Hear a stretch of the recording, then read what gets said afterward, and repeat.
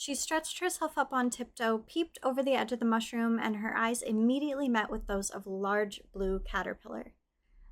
The caterpillar was sitting on the top of the mushroom with its arms folded, quietly smoking a long hookah, and taking not the smallest notice of her or of anything else. Chapter 5. Advice from a Caterpillar. The caterpillar and Alice looked at each other for some time in silence. At last, the caterpillar took the hookah out of its mouth and addressed her in a languid, sleepy voice. "Who are you?" said the caterpillar. This was not an encouraging opening for a conversation. Alice replied rather shyly, I hardly know, sir. Just at present, at least. I know who I was when I got up this morning, but I think I must have been changed several times since then."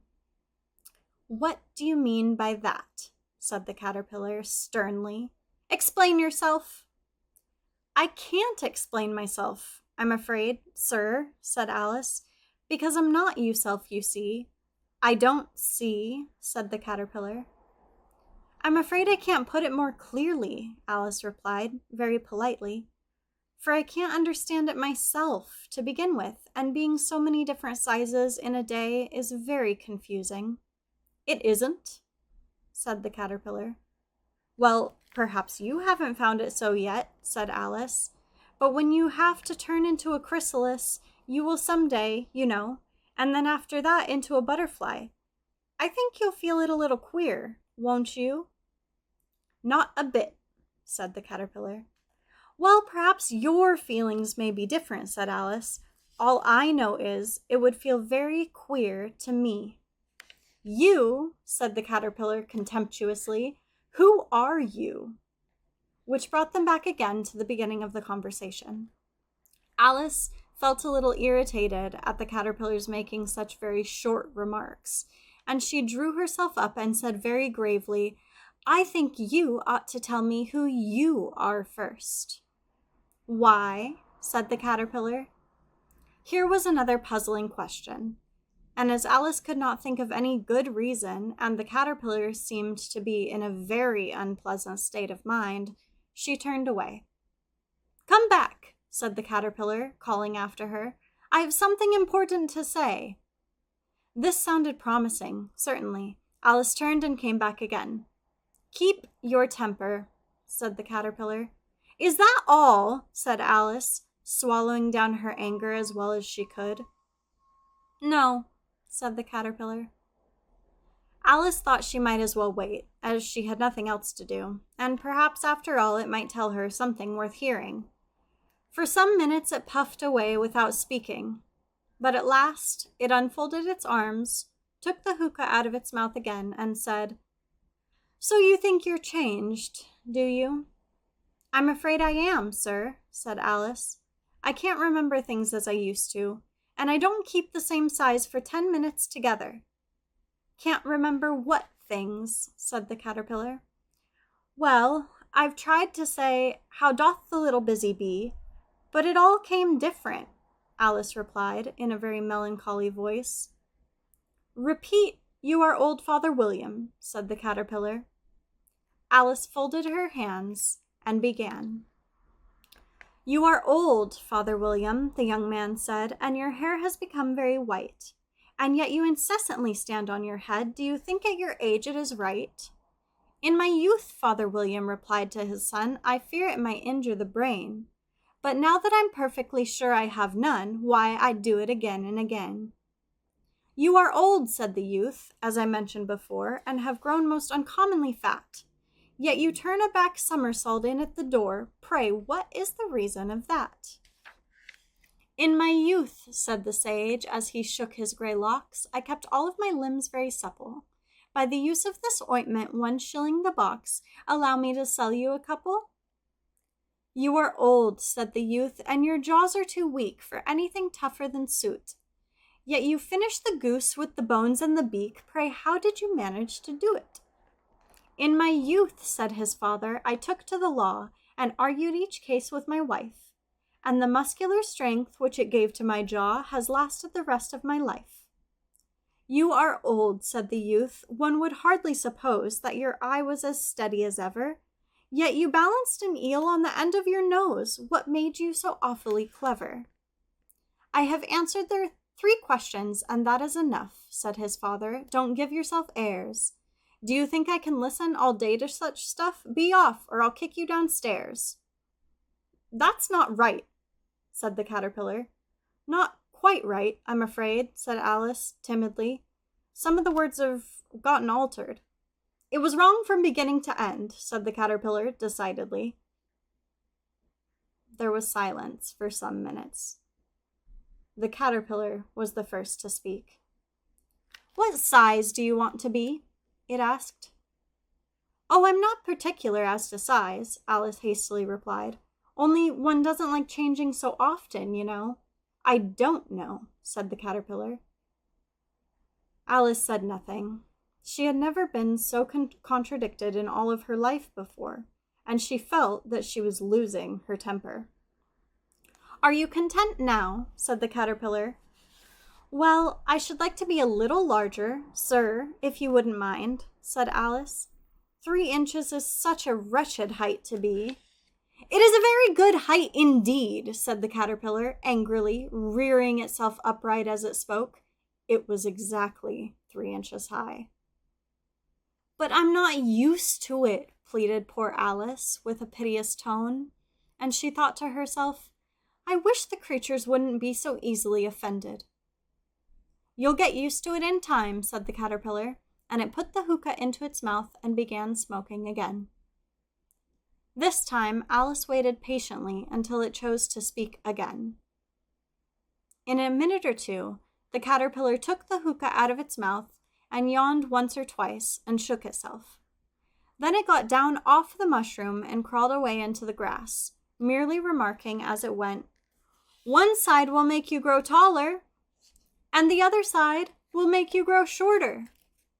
"One side of what? The other side of what?" thought Alice to herself. "Of the mushroom," said the caterpillar, just as if she had asked it out loud, and in another moment it was out of sight. Alice remained looking thoughtfully at the mushroom for a minute, trying to make out which were the 2 sides of it, as it was perfectly round. She found this to be a very difficult question.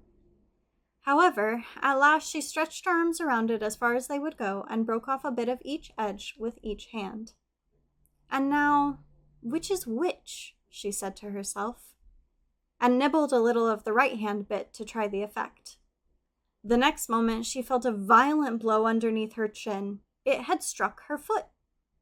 She was a good deal frightened by this very sudden change, but she felt that there was no time to be lost, as she was shrinking rapidly, so she set to work at once to eat some of the other bit. Her chin was pressed so closely against her foot that there was hardly room to open her mouth. But she did it at last, and managed to swallow a morsel of the left-hand bit. "Come, my head's free at last," said Alice, in a tone of delight, which changed into alarm in another moment when she found that her shoulders were nowhere to be found. All she could see, when she looked down, was an immense length of neck, which seemed to rise like a stalk out of a sea of green leaves that lay far below her. "What can all that green stuff be?" said Alice. "And where have my shoulders gone to? And, oh, my poor hands, how is it I can't see you?"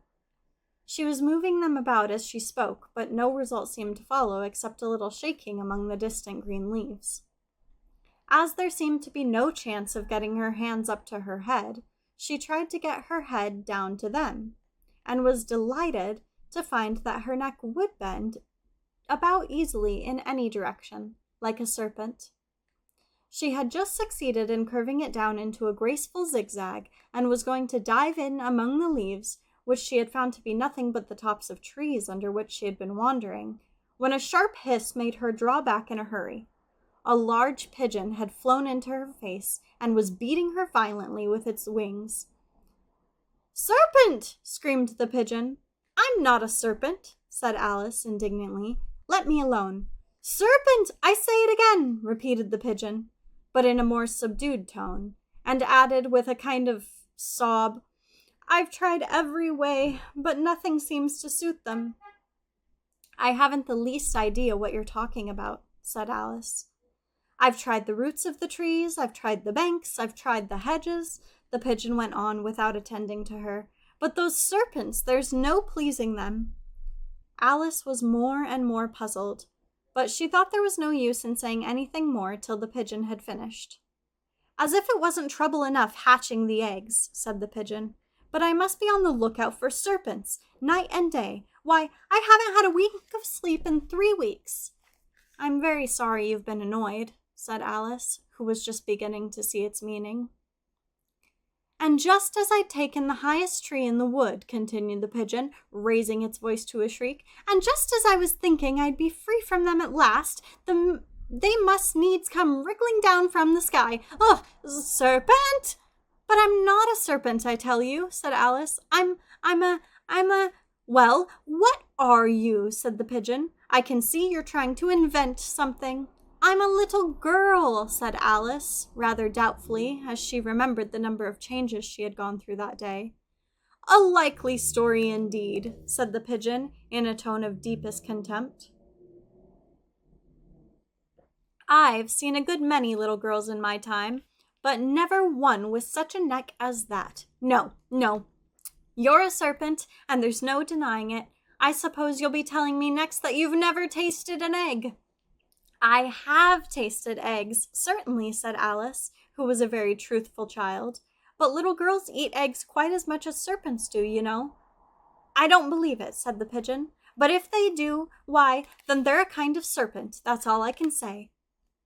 This was such a new idea to Alice that she was quite silent for a minute or two, which gave the pigeon the opportunity of adding, "You're looking for eggs, I know that well enough, and what does it matter to me whether you're a little girl or a serpent?"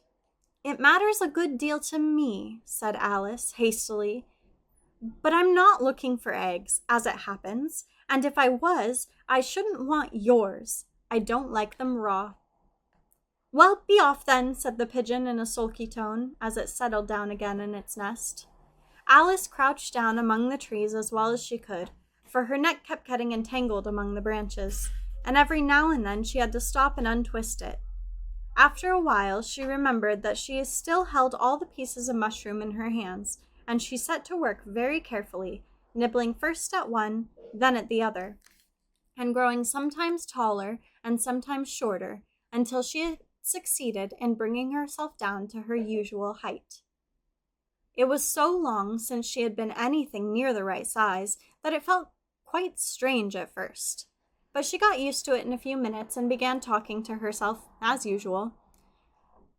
"Come, there's half my plan done now. How puzzling all these changes are. I'm never sure what I'm going to be, from one minute to another. However, I've got back to my right size. The next thing is to get into that beautiful garden. How is that to be done, I wonder?" As she said this, she came suddenly upon an open place, with a little house in it about 4 feet high. "Whoever lives there," thought Alice, "it'll never do to come upon them this size. Why, I should frighten them out of their wits." So she began nibbling at the right-hand bit again, and did not venture to go near the house till she had brought herself down to 9 inches high. So ends chapter 5.